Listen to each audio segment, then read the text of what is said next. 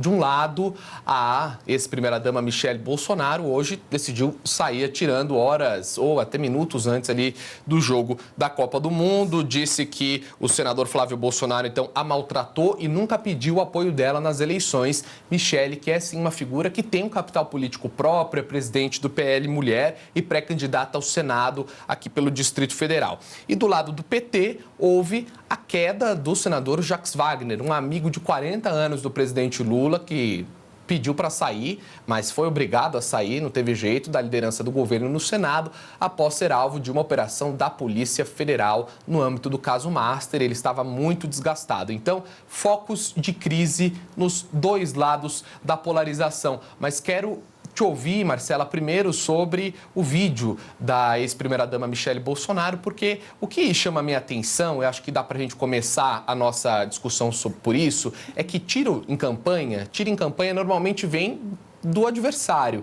E nesse caso, o que nós estamos assistindo, nesses dois casos, na verdade, são tiros que vêm dos aliados, ou até de ações dos aliados. Então, Michele, que é, imagina, madrasta de Flávio e que sai atirando, e o senador Jacques Wagner, que, claro, não foi ali a intenção dele ser alvo da Polícia Federal, logicamente, mas é um assunto muito próprio dele e que acaba contaminando a campanha do presidente Lula. E não são quaisquer aliados, né, Marcela? São dois aliados absolutamente estratégicos. Então, quero te ouvir primeiro sobre o vídeo, o impacto que esse vídeo de Michele e as falas dela podem ter na campanha do senador Flávio Bolsonaro.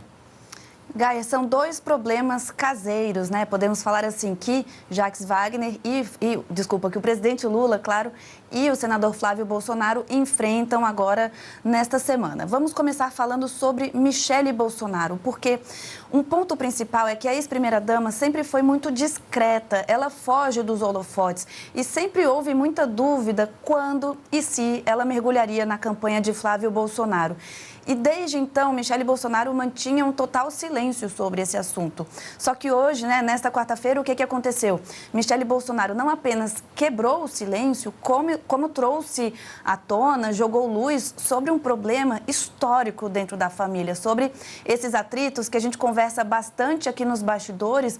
E Michele Bolsonaro revelou todos com um componente muito elevado, realmente, dessa crise interna que corre ali dentro da família Bolsonaro. Então, ela gravou um vídeo, e a gente vai passar esse vídeo já, mas o ponto mais grave é que ela cita que Flávio Bolsonaro, numa ligação, acabou a humilhando. Michele Bolsonaro relata que foi maltratada pelo senador. Todo esse apanhado do que ela conta revela um comportamento machista por parte do senador, e isso acontece num momento em que Flávio Bolsonaro enfrenta muita resistência do eleitorado feminino e tenta quebrar essa resistência. Michele Bolsonaro, por outro lado, sempre foi vista ali como um trunfo, principalmente por parte do ex-presidente Jair Bolsonaro.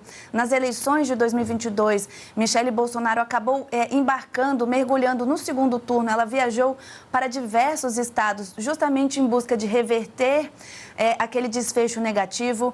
Michele Bolsonaro tinha como missão aproximar o eleitorado feminino do ex-presidente Jair Bolsonaro, e ela, portanto, era considerada um ativo também nas eleições deste ano. Mas, conforme faltando 3 meses para as eleições, Michele Bolsonaro acaba praticamente enterrando, né? A não ser que, claro, eles façam as pazes mais adiante, mas por hora ela acaba enterrando qualquer expectativa, qualquer esperança de Flávio Bolsonaro, que poderia ter uma ajuda da ex-primeira-dama. E por que, Gaia, Michele Bolsonaro é importante? Ela acumula, além desse vínculo com o eleitorado feminino, ela tem alguns ativos, e isso muita gente dentro do PL mesmo admite, que ela seria um importante cabo eleitoral. Claro, porque ela é muito próxima do segmento evangélico, esse segmento também que acabou se afastando de Flávio Bolsonaro recentemente. A gente já contou isso aqui, muito em decorrência do caso Dark Horse. E Michele Bolsonaro, ela também vem de uma origem muito humilde. Ela tem a família dela que mora no Sol Nascente, que é considerada uma das favelas aqui do Brasil. Michele cresceu na Ceilândia, que é uma área humilde aqui do Distrito Federal. E também ela poderia, portanto, acabar aproximando essa camada mais vulnerável, que também Flávio Bolsonaro enfrenta resistência, da campanha do senador. Só que na largada, então, parece que essas pontes estão todas implodidas e, ao contrário disso, o que Michele Bolsonaro faz é jogar luz sobre esses problemas, esses atritos que correm na família e que acabam, na verdade, prejudicando a campanha do senador. Eu acho que é esse o ponto inicial, Gaira. Eu não sei se você concorda com essa minha avaliação de que pode ser, de fato, muito danoso esse distanciamento, ou se você acha que é possível também Flávio Bolsonaro tentar reverter toda essa crise interna.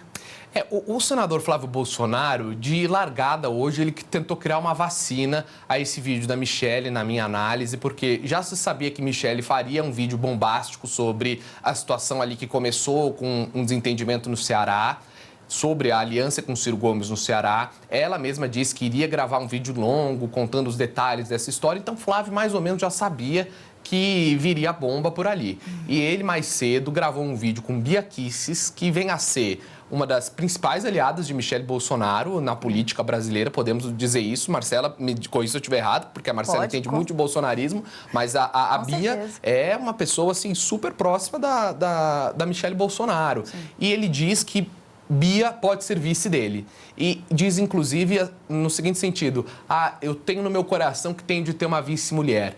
Quer dizer, é um aceno claro ao público feminino que tem uma resistência muito grande a ele. Isso quem diz são as pesquisas de intenção de voto, não somos nós. E vem um vídeo que, na minha análise, pelo menos, acho que ele suplanta essa vacina criada pelo senador Flávio Bolsonaro. Ele tenta, de alguma forma, trazendo, por exemplo, a Daniela Marques para a campanha, agora trazendo esse papel da Bia Kicis. O Eduardo Bolsonaro, na semana passada, falou sobre Júlia Zanata ser a vice. Então, tem ali uma tentativa de aproximar Flávio Bolsonaro do público feminino. Já há algum tempo ele tem usado aquela camiseta pai de menina, porque ele tem 2 filhas meninas. Ele tem gravado vídeos com a esposa também para mostrar essa empatia com as mulheres e tudo mais. Mas, assim, o que Michele Bolsonaro disse, em outras palavras, é que Flávio teve um comportamento machista com ela, disse a ela, segundo Michele, que ela não entende de política e que deveria ficar fora das decisões do partido. Quer dizer, vai na contramão de tudo que a campanha de Flávio vinha tentando fazer. E essa frase que está aqui na nossa tarja, como se diz na televisão, que foi ideia da Marcela, na minha visão, resume que agora é uma fratura exposta. E é uma fratura exposta no clã Bolsonaro, porque crise no bolsonarismo é todo dia.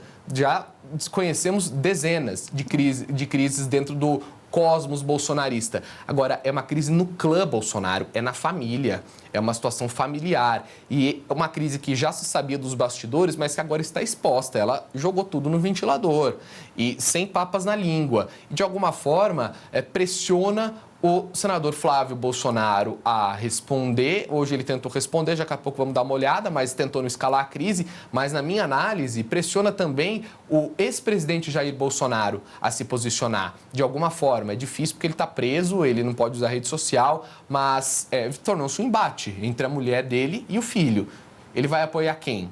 Dá para ficar neutro numa situação dessa?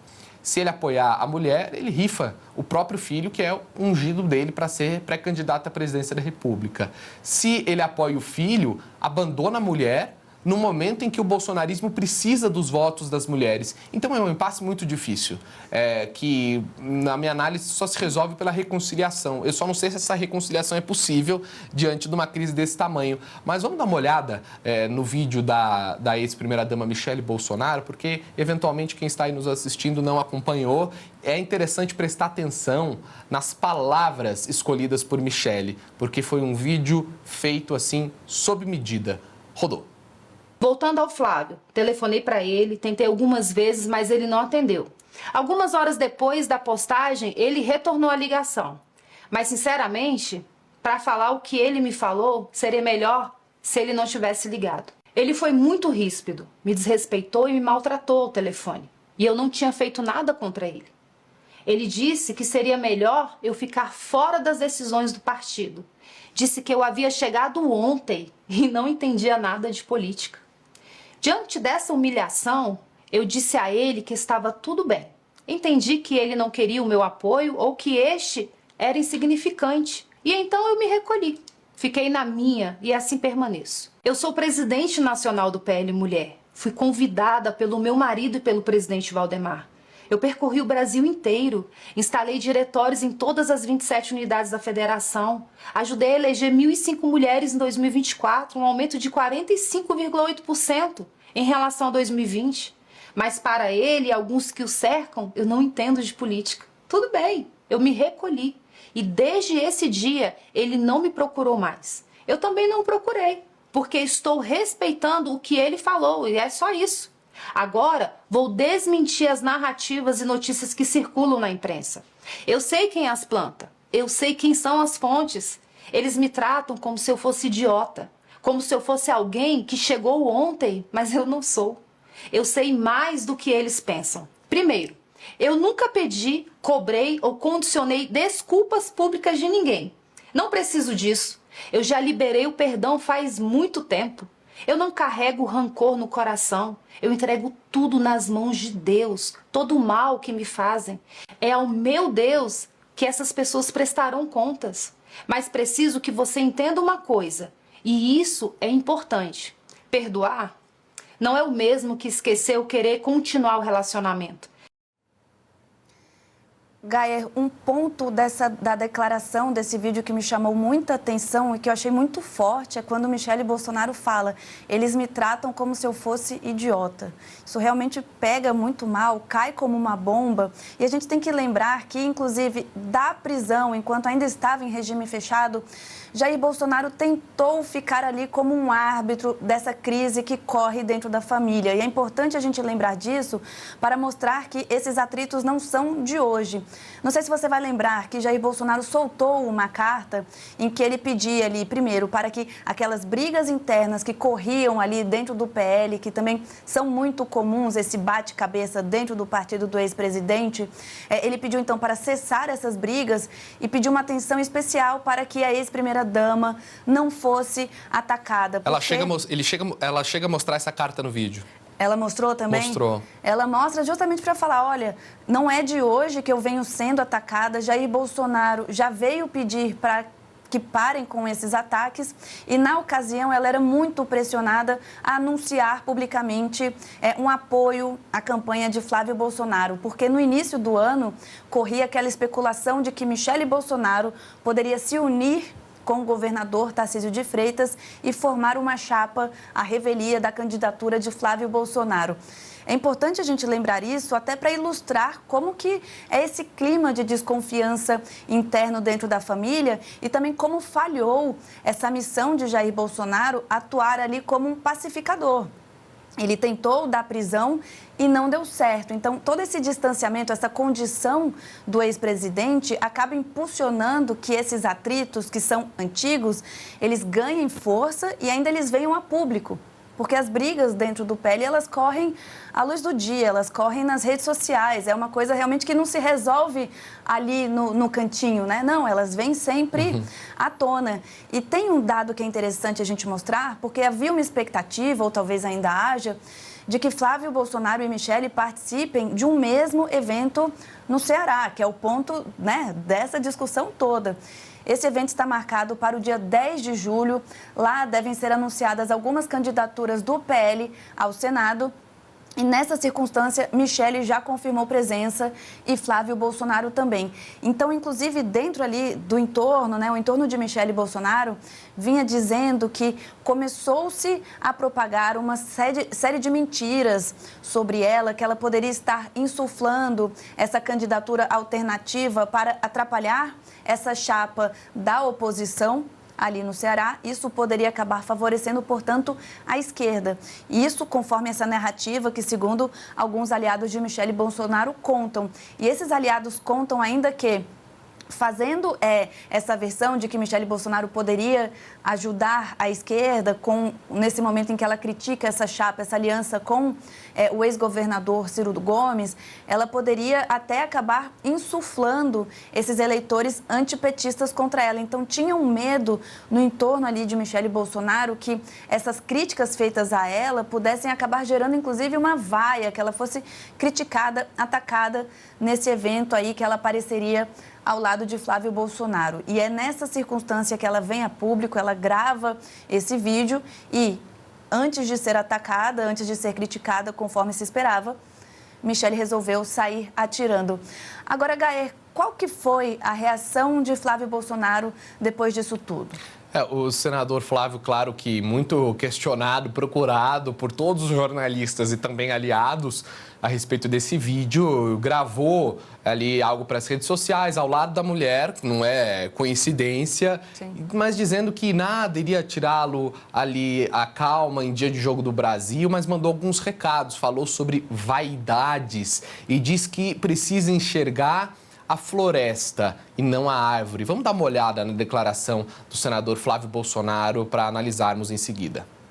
Eu sempre digo que, como ele não pode cumprir essa missão de ser o pré-candidato à presidência da República, me conferiu essa missão e eu, cada dia que passo, me sinto mais confiante, mais preparado ainda para fazer o melhor pelo nosso país. A gente sabe o caminho que tem que seguir. O que está em jogo no Brasil está muito acima de qualquer vaidade, está muito acima de vencer qualquer discussão.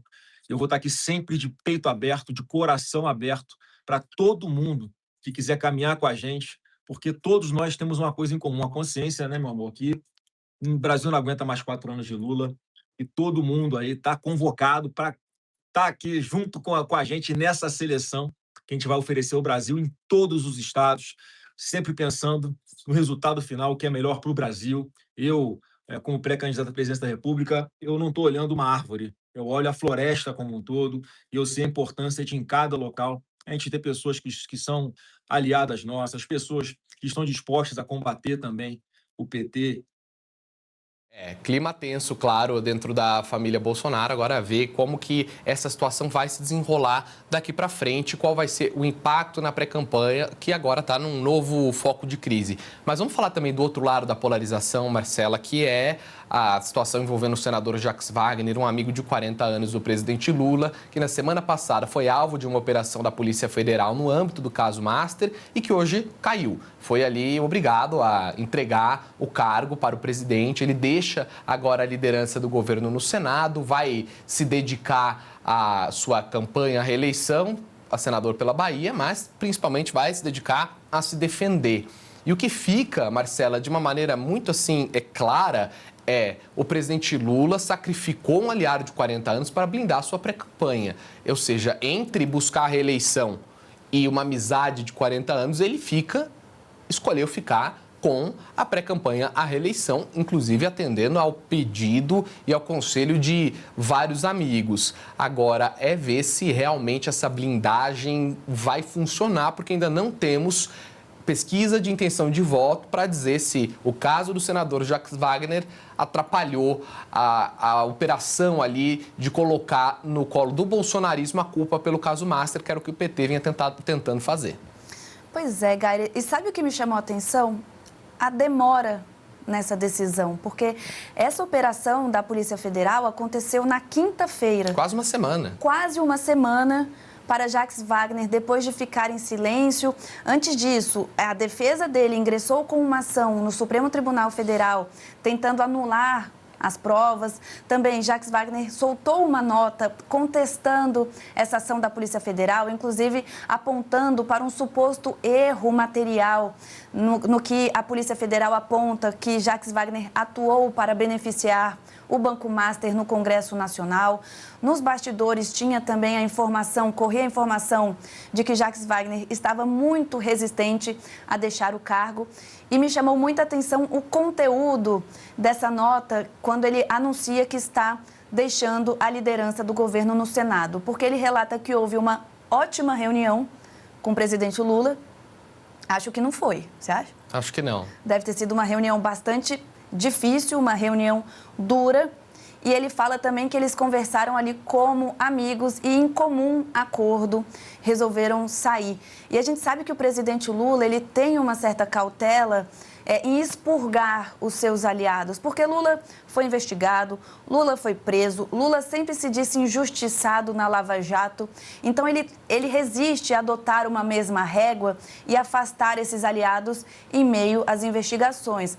Agora, estamos em um ano eleitoral, numa disputa muito acirrada, faltam 3 meses para as eleições e todo mundo sabe que o caso Master pode ser uma bomba nas campanhas. Mas o que chama a minha atenção, Marcela, é o silêncio do presidente Lula. Então, quase uma semana o presidente Lula não falou nada, nem sobre a operação e nem sobre a saída do Jacques Wagner, do governo, desse cargo do governo. Ele não criticou e não defendeu. Não criticou e não defendeu. Então, é um silêncio, assim, ensurdecedor. E não é que faltou oportunidade, não. O presidente Lula participou de vários eventos da semana passada até aqui, falas públicas que ele poderia ter ali defendido o aliado, não o fez. E não o fez também porque não tinha alternativa, Marcela. É mais do que, claro, ele está surpreso e os relatos são de que sim, ele está bastante desgostoso com essa operação, decepcionado de certa forma, mas ele não tem alternativa, ele não tem condições políticas numa eleição apertada como essa de sair em defesa de um aliado que está envolvido no escândalo de corrupção que marca essa eleição.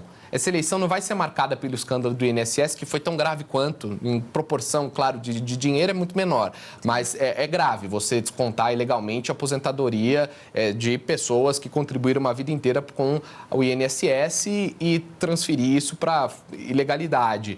Mas o caso Master é o que vai marcar essa eleição do ponto de vista da agenda da corrupção. Então, o presidente Lula não tinha essa oportunidade, essa alternativa possível.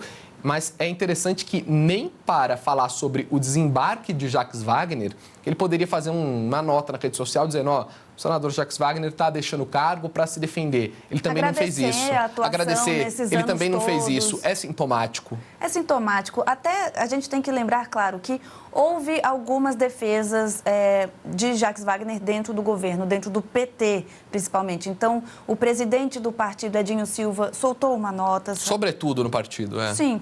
O Fernando Haddad também. Agora, isso é o que veio a público. A gente sabe que nos bastidores foi colocado na balança o peso dessas revelações, porque são graves as revelações, né? Que Jacques Wagner teria negociado um apartamento no valor de R$2,5 milhões. A empresa de familiares teria recebido ali R$3,5 milhões. Teve aquela imagem de dinheiro, de relógios. É tudo muito... Ainda que se tente... argumentar, que se tente anular as investigações, caso isso tudo aconteça, a imagem está lá e a imagem é muito negativa e vai ser usada pela oposição. E um último ponto para a gente seguir para o próximo assunto, que o nosso tempo é curto, é que por que Lula não jogou Jacques Wagner ao mar e não enterrou um homem vivo? É gratidão? É amizade? Claro, mas é também cálculo político, porque Jacques Wagner foi governador da Bahia por 2 vezes, é senador da República, pré-candidato à reeleição e Jacques sempre deu muito voto para o presidente Lula na Bahia, que é um reduto eleitoral do PT. Em 2006, a Bahia deu muitos votos para o PT. Em 2010, em 2014, em 2018, em 2022, a larga vantagem que o presidente Lula teve na Bahia em relação ao ex-presidente Jair Bolsonaro foi fundamental para vencer as eleições. Então, sacrificar, jogar ao mar uma pessoa do tamanho de Jacques Wagner num estado tão importante como a Bahia poderia ter custo eleitoral também. Então, há gratidão, mas há cálculo nessa história toda.